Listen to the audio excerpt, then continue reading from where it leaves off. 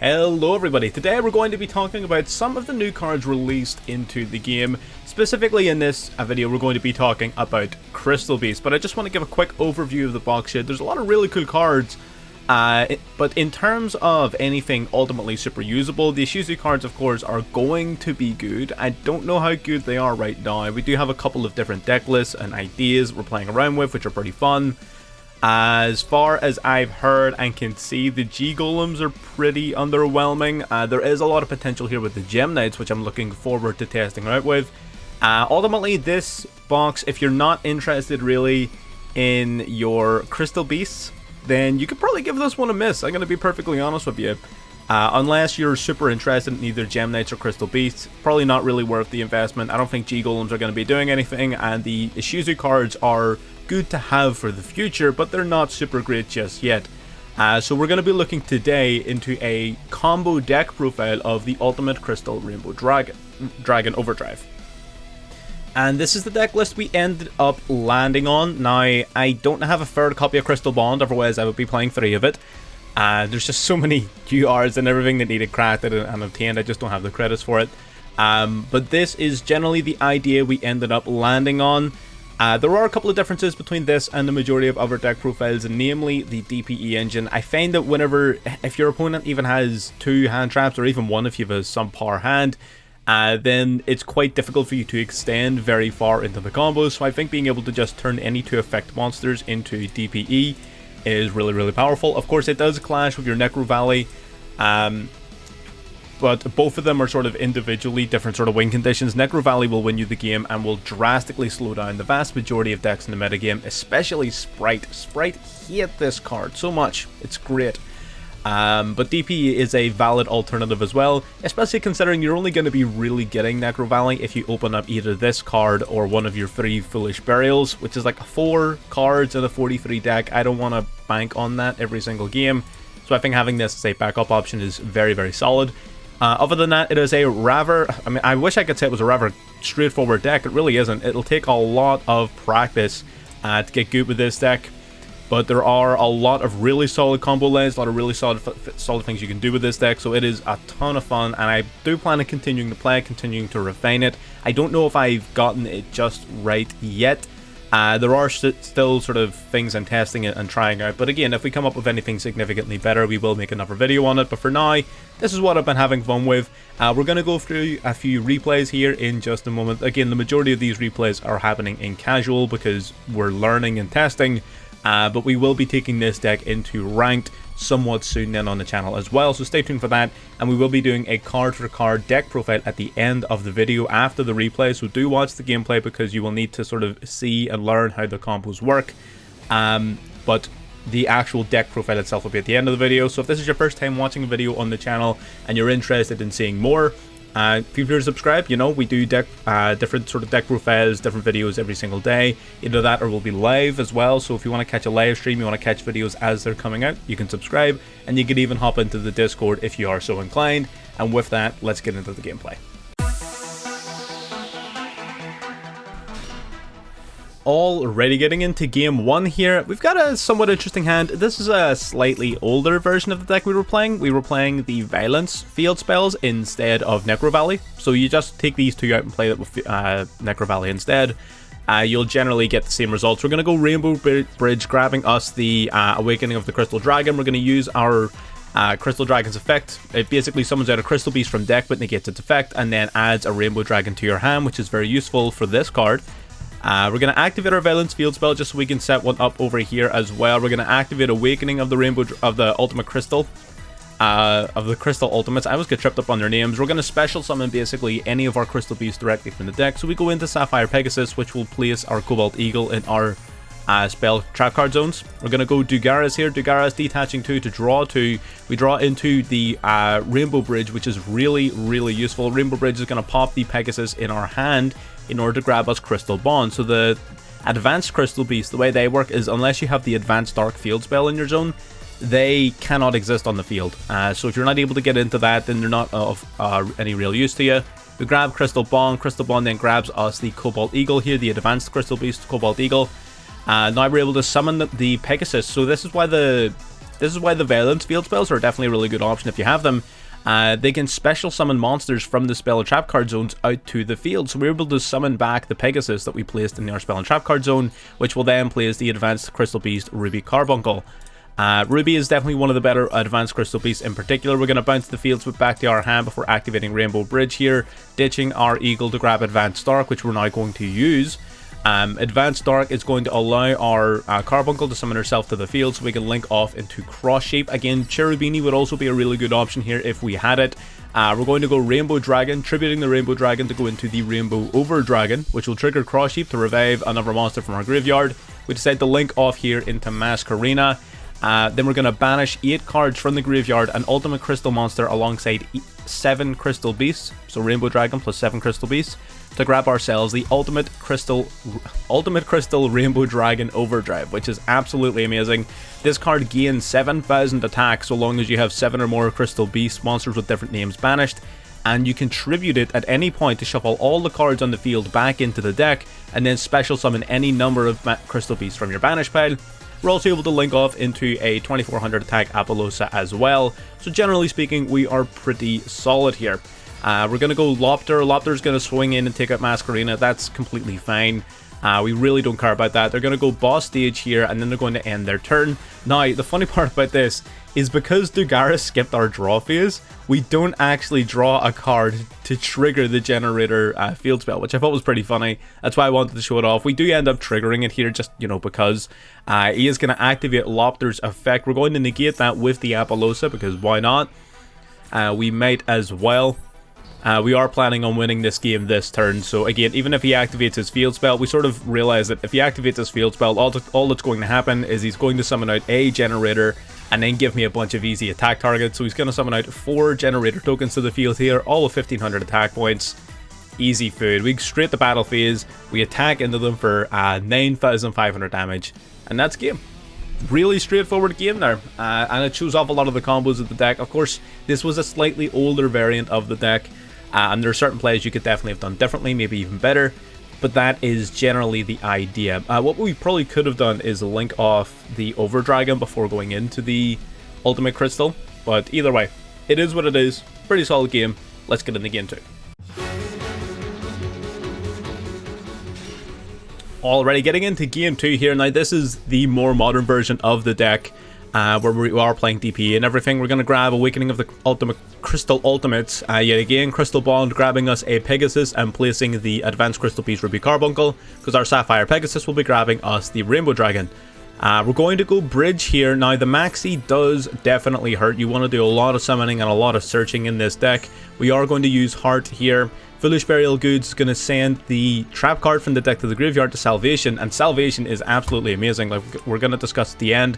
We grab the Cobalt Eagle and any field spell from the deck, so we're able to grab Necro Valley, and you're going to see why that's so important in this matchup. Especially when trying to play against things like Maxi.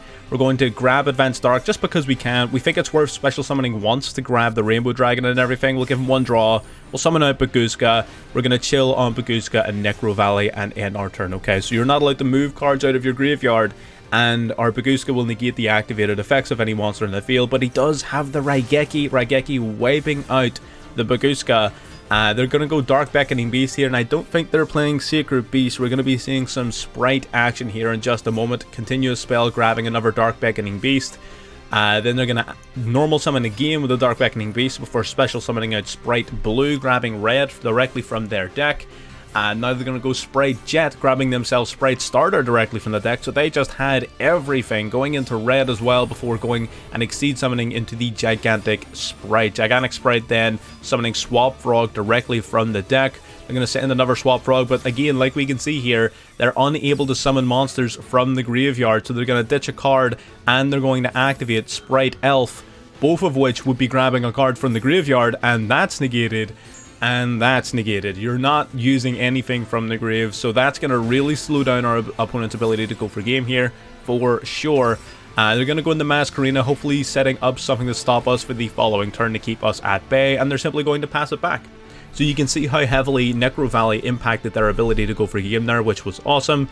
Foolish Burial Goods is a pretty bad card here. We just decided to use it on the off chance they had something that they were going to use. They flip up Anti-Spell Fragrance, which is really bad for us. Really bad. We're going to chain the Crystal Ultimates here. It is a quick play spell, so we might as well chain it while we can. We're going to send another Foolish Burial Goods just because it's useless now. Then they're going to link off into Avramax. So now they're going to be chilling on Anti-Spell Fragrance and Avramax, whereas we're now chilling on a Necro Valley. This is a bit of a rough spot to be in. I'm going to be perfectly honest with you. We set Denier just to keep ourselves alive here. Without the ability to summon stuff from the graveyard, our opponent is definitely going to be... I don't know what they were expecting there, to be honest with you. I guess Cult by the Grave was a dead card in their hand anyways. But they could have unicorned something, so I really don't know where they were going with that one. I'm going to be real with you. They're going to swing in and destroy our Sapphire Pegasus here, destroying it, going into the back row, bouncing back the Unicorn back into the extra deck. So the way the continuous spell works is it'll also bounce a card in your opponent's field every time a Crystal Beast is put in your spell and trap card zone. We're going to grab Pegasus as well as our Cobalt Eagle here directly from the deck. We're just trying to stack names as quickly as we possibly can. We're going to set 2 cards and pass on this. Now the Pegasus...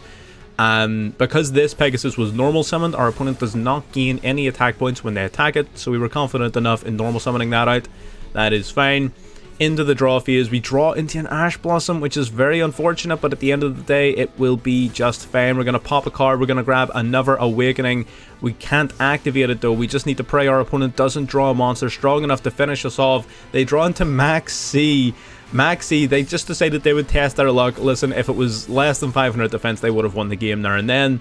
They decided they were going to test their luck, and I applaud that. I appreciate that. We finally are in a position where we can start going for game here. We're going to reveal the Rainbow Dragon, summoning out the Ruby Carbuncle, activating Ruby, and getting hit with Infinite Impermanence. So Ruby would have special summoned the Sapphire Pegasus from our spell and trap card zone, but that is perfectly fine, to be honest. All we needed was that extra name, and out comes the Rainbow Dragon going into the Over Dragon now. Now we're going to replace our Necro Valley with our Advanced Dark, so because we weren't able to remove cards from our graveyard, obviously, so now we can. We're going to summon out the Rainbow Over Dragon, 11,000 attack, tributing itself to shuffle back the entire field. Everything goes back, and because it's back to the extra deck, no Avramax effect at all. And then you get to summon back as many banished Crystal Beasts as you possibly can. Double Sapphire Pegasus, out comes the Rainbow Dragon, out comes Cobalt Eagle, and the 5th one would have been the other Cobalt Eagle, and that is game. A bit of a longer one, I appreciate that. The Anti-Spell Fragrance really did slow us down, and Avramax is definitely a problem, but there you go, grinding out sprites. Was every play they made optimal? No. Was every play I made optimal? Probably not. But at the end of the day, that was Sprite against Crystal Beast, and we came out on top. So that's pretty damn cool. And let's get into game number 3. Alright, getting into game 3 here. So we're going to be going second here up against Preparation of Rites. We're against the Dark Magician. I'm pretty sure either that or it's Spiral. Or they're going to be adding Magician's Rod to hand. That pretty much seals that one. It is the Dark Magician. I had a really cool Spiral game as well. I wasn't sure which of the two I saved. We're going to go Rod into Magician Salvation here. Now, you think that this is a fairly straightforward matchup, but we are actually, unironically, at a pretty big disadvantage against Dark Magician. They are going to go Magician Souls here, setting up their souls, sending DM to the graveyard, drawing into Chicken Game, drawing them an extra card before going into Secret Village of the Spellcasters. This card screwed me over royally. So long as our opponent is the only person who controls a spellcaster monster, we cannot activate spells. Have you seen our deck? It is 90% spells. That is really unfortunate. We are able to go into our Pegasus here. Pegasus setting the Rainbow Dragon. We're going to activate Rainbow Dragon's effect, but it gets hit by the Ash Blossom, and we can't call by the Grave it because of the village, which is super unfortunate. So we are unfortunately just going to have to take that L there. We're going to swing in, take out the Magician's Souls, and simply pass turn. There's nothing else we can really do. They're going to activate their Eternal Souls, summoning the Dark Magician from the graveyard. Now we are in an awful lot of trouble. Dark Magician's going to be able to put a lot of hurt on us really quickly. They're going to send Dark Magician Girl for a second Magician Souls, because of course they do. They're actually going to give up their village in order to draw an extra card, which is very nice of them. I don't know if they were just feeling bad for me or what. They're going to go into Celine here. Celine is then going to attempt resummoning a spellcaster from the graveyard. We activate Call by the Grave to target the Dark Magician, but of course he has the Eternal Soul, it doesn't matter. Eternal Soul brings back the Dark Magician, and he does now get to banish a card off of our field with his Dark Magical Circle. The banishment of your Crystal Beast is a really big deal, so it is very, very unfortunate, because they no longer basically count as names, right? You need monsters on your field or in your graveyard in order to summon out your Rainbow Dragon. Our opponent goes into Access Code Talker here off of their Celine, boosting it up to 5,300 attack points. Now they're going to go Soul Servant, placing Secrets of Dark Magic on top of their deck. Soul Servant then drawing them 2 cards, Pot of Greed. They're going to go Secrets of Dark Magic right now, fusing together their 2 monsters on the field for some reason into Mudragon in the Swamp. I think they misplayed here. But I think in the spirit of fair play, I'm pretty sure I give the game to them. We do attempt to make some plays here. We're going to go Rainbow Bridge here. Rainbow Bridge adding Crystal Bond, activating another Rainbow Bridge to grab us an Awakening of the Crystal Ultimates. But our Crystal Bond gets negated, and this is when we give up, yeah. Again, in the spirit of it, I don't know why he made that last play he did. Again, we're playing in casual, let's not forget that.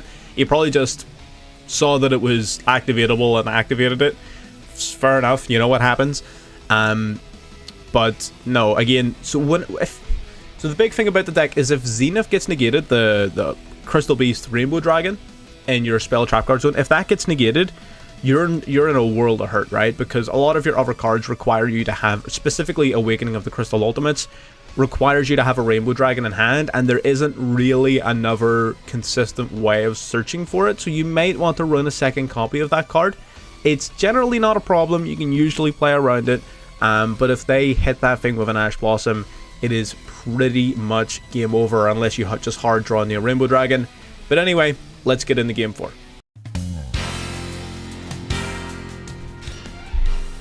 Alrighty, getting into game 4 here. We have a pretty decent hand. I really don't like seeing this card in my hand, the Crystal Beast Rainbow Dragon. I don't like seeing this in hand, but it's fine. We're going to go Prosperity here. Prosperity checking the top 6 cards of our deck. We're going to see if we can grab something nice. There's Crystal Bond, which is quite a decent one. We are going to grab Rainbow Bridge of the Heart, though it is just a little bit stronger. We're going to use its additional normal summon to bring out our Sapphire Pegasus, so we still have our normal summon to use this turn. We're going to use our Pegasus, popping it off of our Heart to search a card. We're going to go Crystal Bond. Crystal Bond's going to grab us another Pegasus while playing the advanced Crystal Beast Ruby Carbuncle into the extra monster zone. Now we're going to give up our Crystal Dragon, but we do get hit with a Maxi here. Now that is somewhat unfortunate because we had a really cool play here. The way Advanced Crystal Beast Ruby Carbuncle works is you can special summon her as well as any other Advanced Crystal Beast in your spell and trap card zones out of the field. That's why we were grabbing Advanced Dark. We're going to start special summoning all of these monsters out and really making some plays. Instead, we're just going to go Cobalt Eagle, grab our Rainbow Dragon, and then exceed off into Baguska, and we're just going to chill, right? Whenever you get hit with Maxi, you just chill. You relax, and you let the game come to you.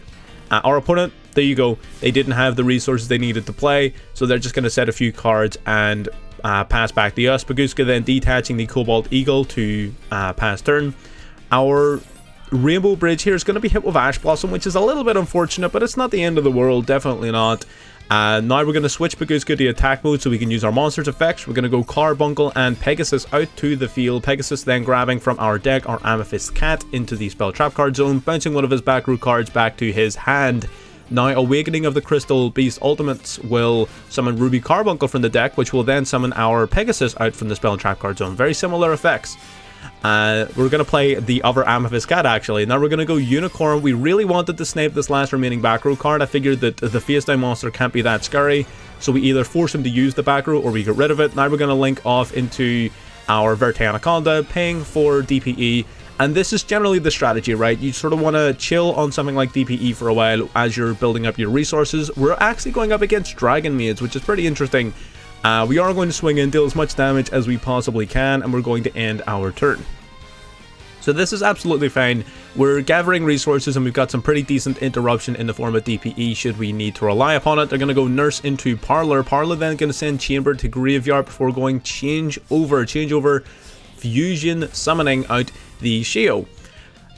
So this is totally fine. We actually, I believe we messed this up slightly. Yeah, we do. Instead of responding to Parlor, what we should have done is we should have waited until Parlor resolved. so that you'll notice here House Dragon Maid then gets the ability to pop an extra monster in our field. It doesn't really cost us very much, but it's fine. House Dragon Maid then going to pop our Verte Anaconda. Now we activate DPE, but they actually had Call by the Grave, so it was a pretty good play on our opponent's part, negating a popping the DPE there. So very, very solid. Our DPE is gone. So now it's not looking quite as clean. Our Verte is also gone. House is going to swing in for 800, then swing for 27 directly. And I guess they just didn't have the resources to keep on going. Next turn we bring out Rainbow Dragon, we go into it, and we just win the game. Pretty straightforward, because we would have been able to use Crystal Heart, pop the Amethyst Cat, search another card, and that's pretty much GG's. And I think he knew that. So there you go, that is the gameplay. Of course, not every game went perfectly, not every game was optimal. It's very difficult to get really good replays in casual, because a lot of people are just testing, right? And if you're testing and you don't get a very good hand, or you mess something up, you just scoop. That was most of my experience using this deck. So yeah, these are the best games I could come across. But anyway, let's get into the deck profile. Rainbow Dragon. So this is a deck that's been around forever. I've always loved Crystal Beast. They've just never really been very good, and I feel like this brand new wave of support is giving them the support they need to at least be decent. I don't think this deck is going to be uberly competitive. I don't think you're going to be taking ranked by storm using this. Definitely not. However, I feel like if you're a Crystal Beast fan, this deck is definitely more than playable now. You're going to be seeing a lot of success with this, especially off of things like your Salvation, being able to grab really generic staple cards. I do like the DPE engine. You saw how it was useful in the gameplay in situations where you don't grab your Salvation, but that is of course something that you can drop if you don't like it. But there are an absolute ton of ways of building it, and we're going to go through this particular build right now. First things first though, we're going to remove the staple cards. We're going to go triple Max C. We've got the triple Ash Blossom. We've got double Cult by the Grave and a single Cross-Out Designator. So we don't have that many flex spots with the deck, to be perfectly honest with you, but we wanted to make sure that we were maxing out on our capacity to counter Max C, right? Max C is a problem for this deck, so we wanted to make sure we have as many Max C counters as we can get. Maybe, you might even want to play Duel if you're like super anti-Max C, but I feel like the 6 cards is enough, and then Max C, of course, of our own is pretty brutal. So how does the deck actually work? So in terms of the Crystal Beasts, not all of the Crystal Beasts are super useful. Generally speaking, you just sort of want them for their names. The deck works on the principle that your Rainbow Dragon, you need to have 7 Crystal Beast monsters with different names on your field or in your graveyard, and if you do, you can special summon this card out to the field. Then you can tribute that card for your Over Dragon, and then you can banish a Ultimate Crystal, which is either of your Rainbow Dragons, plus 7 Crystal Beast monsters for your Ultimate Crystal Rainbow Dragon Overdrive, which is a mouthful to say every single time.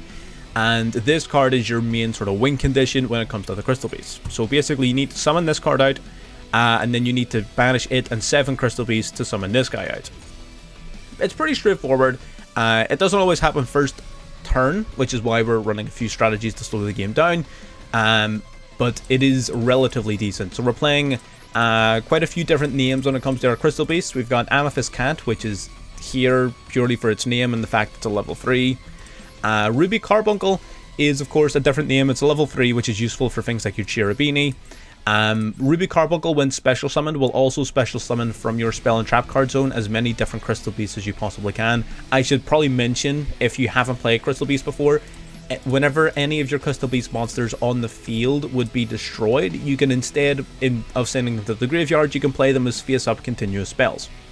Ruby Carbuncle can special summon as many Crystal Beast monsters from your spell and trap card zones as possible whenever this card is special summoned. So if you want to summon this card off of the leg of Awakening, is usually a pretty decent play if you've already got a few monsters in your back row. So yeah, that effect comes up on occasion, but for the most part it's just a different name.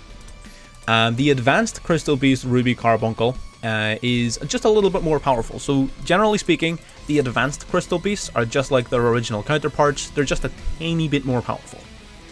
Advanced Crystal Beast Ruby Carbuncle, when this card is in your back row as a face-up continuous spell, it can activate itself to manually special summon itself, as well as any other advanced Crystal Beast from your spell and trap card zone. So it's just a little bit more proactive than the original Ruby Carbuncle, whereas this card relies upon another thing to special summon itself. the Advanced Crystal Beast can just special summon itself of its own effect. So it's a little bit more versatile. However, all of the Advanced Crystal Beasts have the drawback where if you don't have Advanced Dark on the field, which is this field spell, then they're automatically sent to the graveyard. So there is a bit of a limitation, but in exchange for that limitation, you also get a slightly stronger effect. Amethyst Cat is basically the same situation. Its effect is garbage. It's a level 3 with a different name, pretty straightforward. We've got the Cobalt Eagle, which is just a level 4 with a different name. It is nice to have a level 4 that you can special summon off of Awakening, just in case you're under max C and you need to go into your Baguska or a Dweller or something like that. Having just a level 4 you can summon is handy. Which one specifically you choose is entirely up to you. We just went for the Cobalt Eagle. Sapphire Pegasus. This is the best of the original Crystal Beast, and it's actually quite a good card.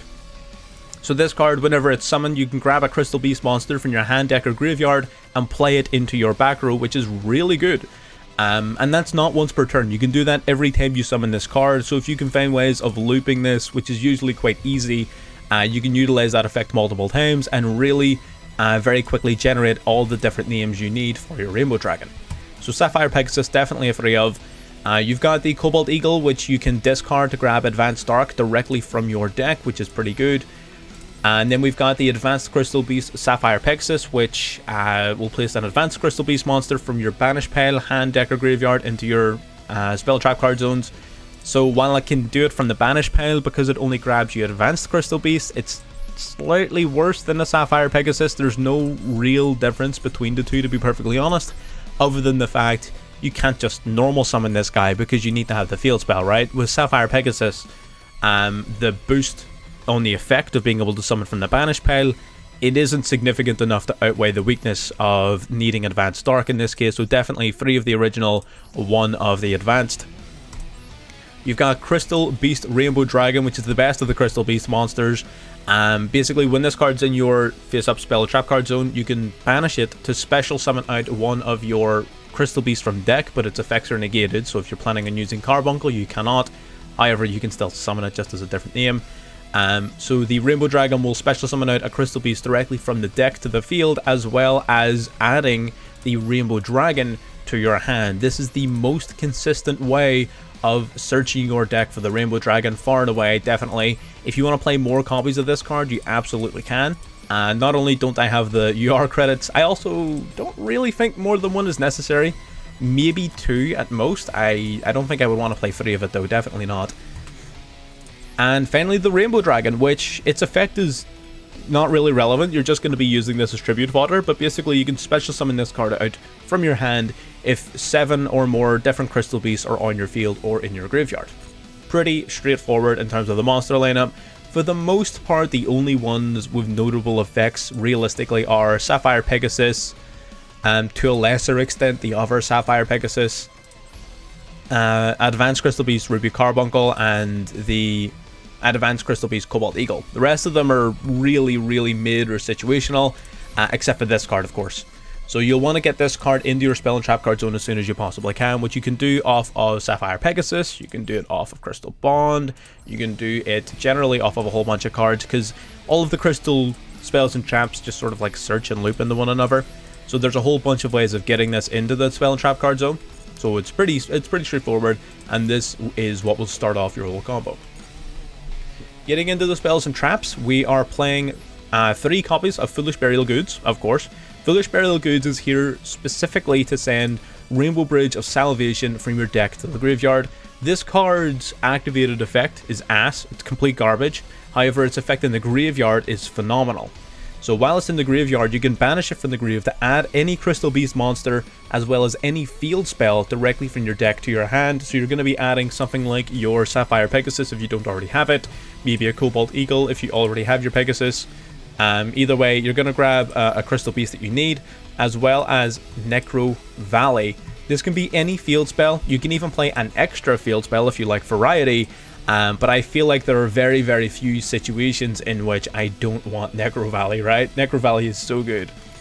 So Foolish Burial Goods, just to put this into the graveyard, and this will grab your Crystal Beast and your Necro Valley, which is pretty awesome. Rainbow Bridge grabs you any crystal spell or trap card, deck to hand, 0 cost, no restrictions, not once per turn. Pretty busted Mandatory 3 of, absolutely. Then you got Crystal Bond. I probably would play this in 3, but to be honest, I'm very rarely in a situation where I can't just grab it, right? It's super searchable. But definitely one of the better cards in the deck. You can add a Crystal Beast from deck to hand and then place a different Crystal Beast in your spell and trap card zone. So basically it's a 2-for-1 in terms of names, which is awesome. Grabs you your Pegasus, grabs you your Eagle if you need it, grabs you whatever you want basically, and places another card in your spell and trap card zone. So it directly places your Rainbow Dragon into your spell and trap card zone. Or if you've already used this, it just grabs you a name that you don't have yet, which is pretty awesome. Normally the Carbuncle for her effect, but basically it just grabs you another name. Then you got Pot of Prosperity, checking the top cards of your deck. Why not? Pretty important in this deck, to be honest. You do want to be seeing your crystal spells and traps pretty consistently. Necro Valley we've already sort of briefly mentioned. So long as this card is face up, cards in the graveyard cannot be banished or removed from the grave. You negate any effect that would move a card out of the graveyard or that would change a type or an attribute in the graveyard, which is awesome in today's metagame. There's a lot of stuff that rely quite heavily on the graveyard, especially things like Sprite with their Elf, with things like that. So Necro Valley being able to put a stop to all of those strategies is pretty awesome.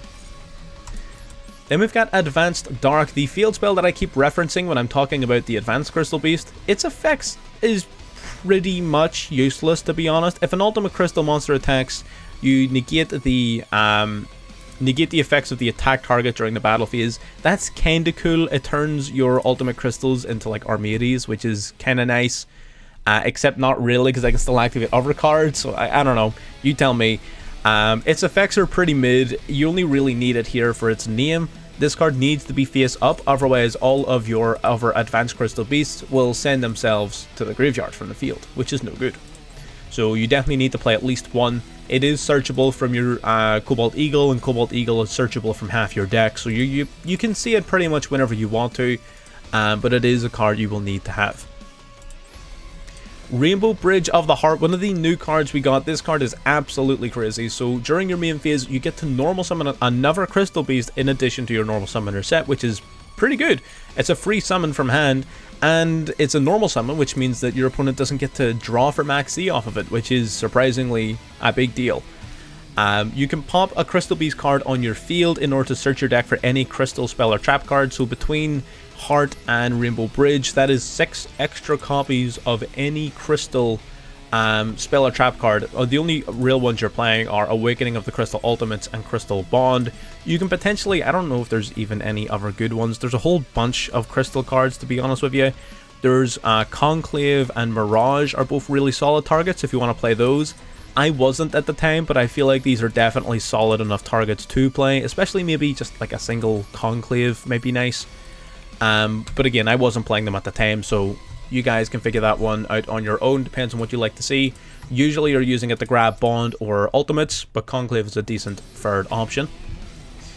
And it has one last effect where if one of your Crystal Beasts are placed into your spell and trap card zones as a face-up continuous spell, you can bounce this card and a card on your opponent's field back to the hand, and that is a quick play effect. You can use that on both players' turn. So if you're able to summon out a Sapphire Pegasus on your opponent's turn using something like this, then it placing a card into the spell and trap card zone will trigger off your Rainbow Bridge to bounce a card back to the hand, which is pretty dope.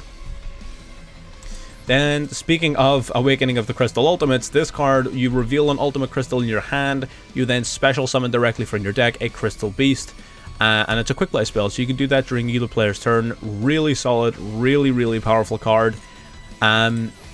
The only issue I have of it is that you need to have Rainbow Dragon in hand for it to be useful, so I did cut it down to 2. I was at times tempted to cut it to 1, but sometimes having the second copy is handy, so that is entirely up to yourselves. You can definitely get away with playing one of this because it is incredibly easy to search your deck for, and it's not really all that good in an opening hand where you don't have the ability to grab the Rainbow Dragon, which, to be fair, in most hands you can grab the Rainbow Dragon, because all you need to do is resolve this guy's effect. So generally speaking, it's not that big of a concern, which is why I was still happy enough running the 2 copies. But 1 is fine if you really want to cut down. And that is pretty much the main deck. The only cards I didn't mention were, of course, the DPE engine, 2 copies of Fusion Destiny, 1 Dasher and 1 Denier, purely to fusion summon out your Destroyer Phoenix Enforcer and for no other reason. Other than that, the main deck is pretty straightforward. Now remember, this is a combo variant of the deck. There are other ways of building it, more sort of control-oriented, slower versions, but if you want to play Turbo Crystal Beast, I would say this is probably the way to do it. Getting into the extra deck then, of course we have DPE, because why not? It does help you in certain situations in hands where you brick, or if you get hit with Max here, or whatever it is, this card is generally pretty helpful. You don't have to play it, but you can.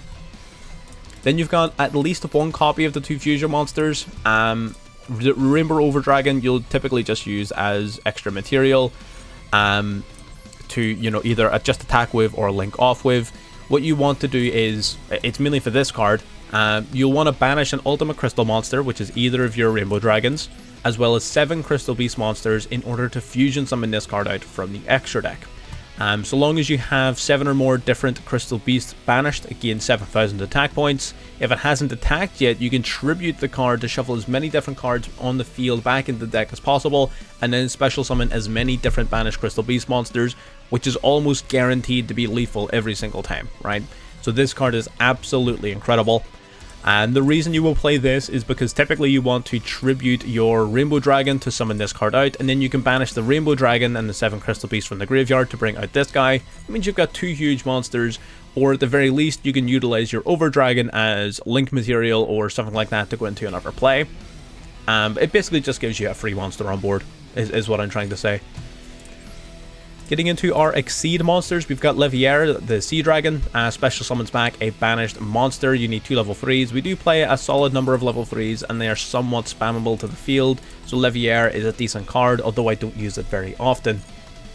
We've got Abyss Dweller, which is really solid, basically locks up the graveyard detaching material, and for the rest of the turn your opponent cannot activate any card effects in the graveyard, which is great, especially paired up with Necro Valley, so not only can they not move cards out of the graveyard, but now they can't even activate the effects of cards that are in the grave. So Dweller Necro Valley essentially shuts the graveyard off from your opponent completely, which is really good. Then you've got Baguska, which is one of your more defensive options. If you get hit with something like Max C, or if you generally just have a bit of a slow hand, Baguska can save your life. Basically, so long as it's face up in defense mode, all attack position monsters are switched to defense, and anything that activates in defense has its effects negated, which is pretty solid. It just buys you time if you either get hit with Max C or if you've got a bit of a slow hand. It does basically just carry you across. We've got Dugaris. Dugaris has it has a couple of different effects, of course, 3 different effects.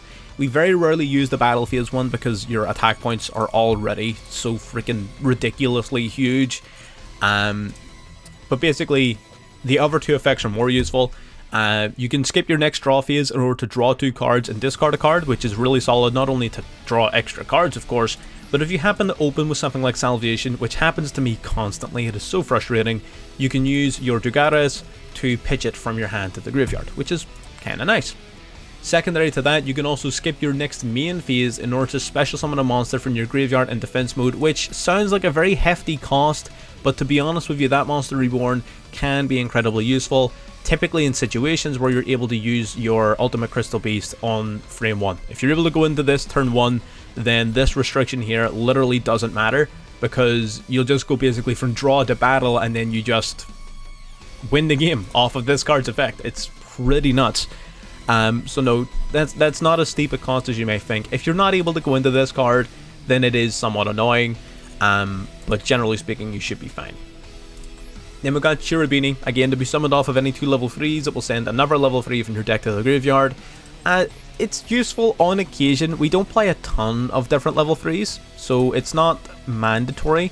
If you don't have this card, I wouldn't craft it just to play in this deck. It is a really solid card, don't get me wrong, but if you were going to craft it just to play it in this deck, I wouldn't. I would just replace it with something else. IP Masquerena, absolutely amazing, of course, in any deck that sort of just spams monsters out onto the board.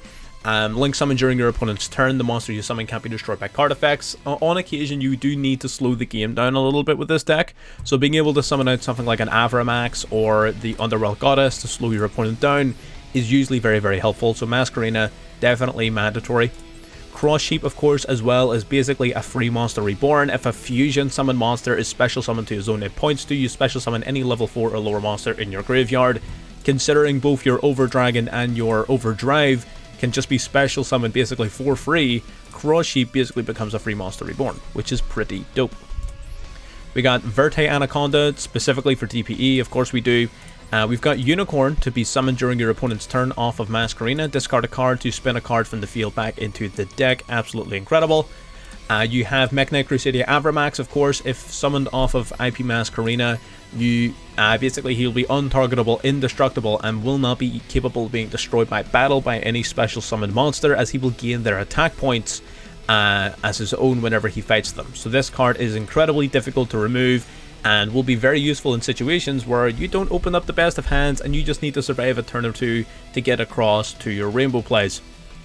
You've got Apollousa in situations where you're able to flood the field quite easily with a bunch of different monsters. You're able to go into a decently large Apollousa and you get a bunch of monster effects. And finally, the Underworld Goddess of the Closed World, a very difficult card to get rid of. It is unaffected by any card effect that doesn't target it. So if it targets it, then it is affected. But if it doesn't target, then this card is unaffected. And if summoned off of Masquerena, it also can't be destroyed by card effects. So the only way really to get rid of it is targeted banishing, which does exist in the game, of course. But it really narrows down the amount of options your opponent has to get rid of it. And it's a bit of a mirror to Avramax, right? Because Avramax cannot be targeted, so this card can be outed by effects that don't target, whereas the Goddess cannot be outed by effects that don't target and can only be outed by effects that target. So it's a bit of a matchup sort of specific thing. It's a bit of a cool parallel between the two, where they're complete opposites in that regard. But yeah, that's the full deck. I could sit and ramble about this deck all day, every day. I'm still somewhat new to the deck myself. I'm not going to pretend to be an absolute 100% expert in it, absolutely not, but I do look forward to playing it more, learning about it more, and sharing any ideas or cool tech or anything that we come up with you guys. That's the whole point. A lot of guys in the Discord as well are spending a lot of time building this, especially the control variant, which we will be visiting somewhat soon. In fact, by the time you're seeing this video, it's probably already been done, either on stream or in a video, or both, who knows. But anyway, if you've got this far into the video and you haven't subscribed yet, you haven't liked the video, then what do? You know, do your boy a favor. Obviously, if you got this far, you like what you were seeing and you gained something from it, so go ahead and subscribe if you haven't already, and I'll see you in the next one. Bye bye.